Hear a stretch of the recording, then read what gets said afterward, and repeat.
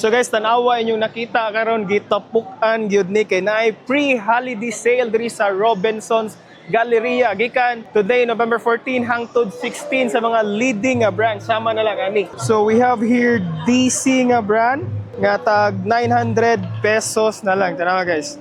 Legit ni siya. 900 pesos na lang daghan mo mga kapilian. Pinaka-interesting guys tanawa gitapukan mga sapatos nga DC. So guys, ang gitapukan gid rin usa is ang mga sapatos nga DC. Kaya you can purchase this one from 1,500 to 2,000 pesos na lang. Kaya tanawa akong paliton nga sapatos. Gikan sa 6,000 karon 2,000 pesos na lang. Sulit kini nga deal. Oh. Let's go. Kani siya tag 4-5 plain nga black. Sakto pa jud kay na pa size para sa kuha.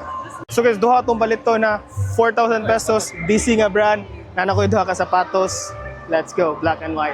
Guys, tanawa guys, tag 2,000 na lang na tanan. Berting daghan na sa stocks. Nasa diris na nga side ang mga Billabong nga brand which is ang gipilian sad ni Ayla Nomad niya big time sad kay gitagaan ta ni ayuda guys. Ato nang ipalit karon sa ilang sale. Thank you so much Ayla Nomad. Billabong nga brand guys niya.